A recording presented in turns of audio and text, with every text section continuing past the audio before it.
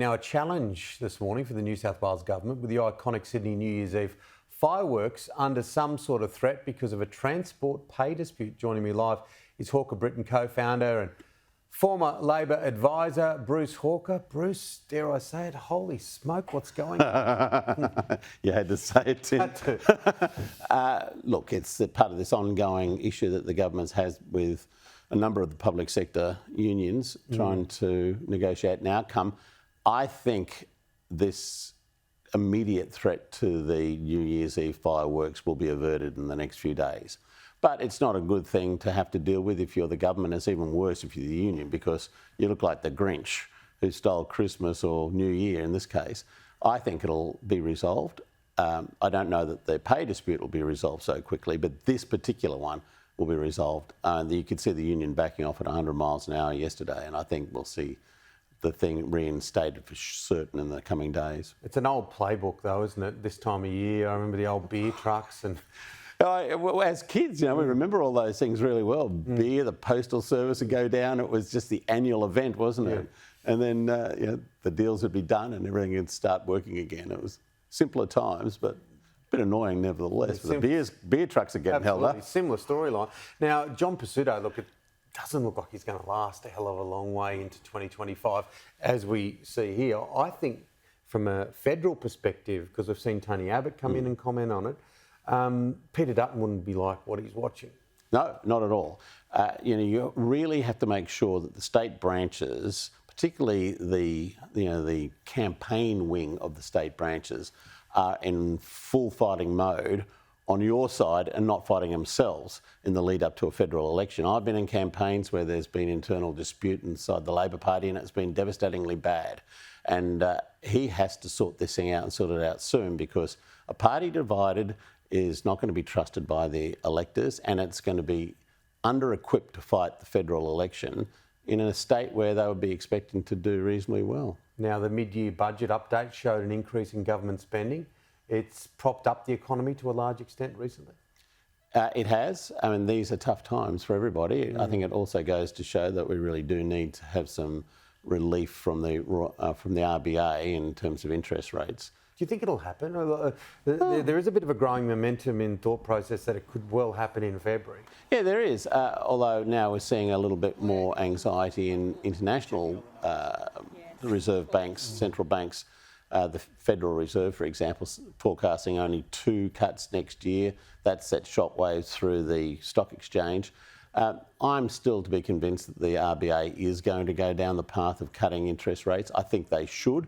I think they should go and have a look at other people's economies, the economies of people in everyday Australia, and see how tough they're doing it, and recognise that the economy is slowing down, and that there's always a risk that you'll get a hard landing if you're too extreme in the way in which you manage your interest rate movements. Yeah, you don't have to knock on too many doors to see people that are doing it tough, particularly this time of year. Yeah. Now, is the coalition vulnerable to a Labor scare campaign, do you think, around spending? A little bit. I mean, once you start having a crack at the government with the MYEFO, the mid-year forecast for spending, then it begs the question, well, what are you going to do when you come to government, if you do come to government, to rein in spending? Because Jim Chalmers is pointing out that most of this spending is absolutely critical. It's around defence, it's around essential services, it's around health spending. And of course, Peter Dutton's got a bit of a record for wanting to change arrangements around Medicare in the past.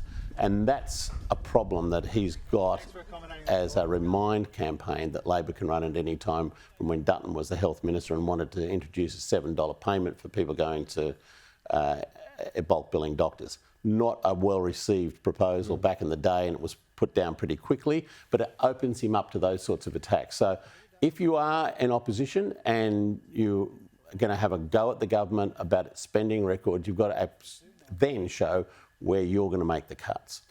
He's done well though, Dutton. You like, let's wind back 12 months ago, and I think many thought he was no hope at an election. He's right in this. This is a head bobber. This is a really tough election for the government. No one should be in any doubt about that. But when it comes to the pointy end, as we're approaching now, we're seeing it with the nuclear debate, suddenly you put forward your policies, and if they've got a few holes in them, people start coming after them and poking their fingers into those holes and saying, well, how's this going to play out? What are you going to do? And you can't just keep pretending that it's not something for you to answer. You have to answer.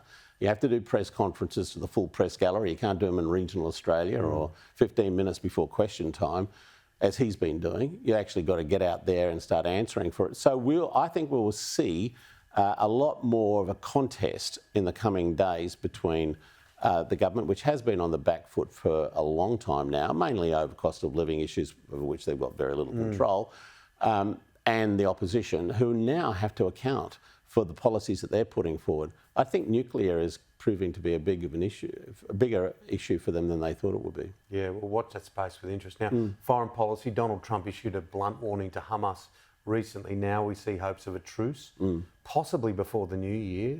Are the two things linked? Look, even if they're not, he'll say they are. If it comes about, and that's the nature of politics in the United States today.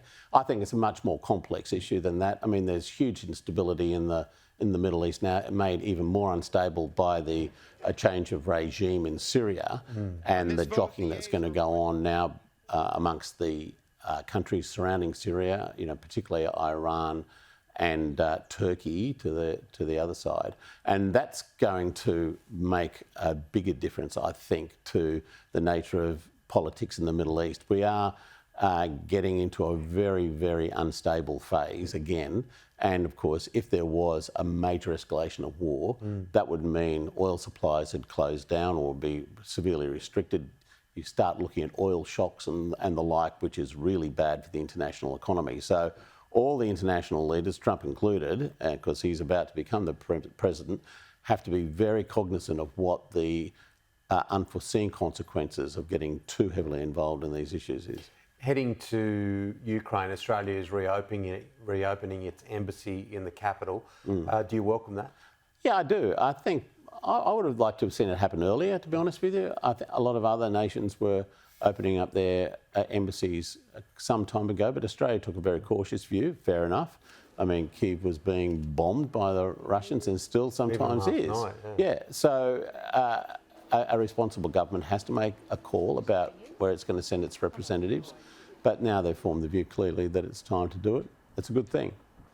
Have a good Christmas. Thank you. Hopefully we'll see you next Saturday. Yeah, and all the best to you, your family and your viewers. Yeah, likewise. Thank you, Bruce.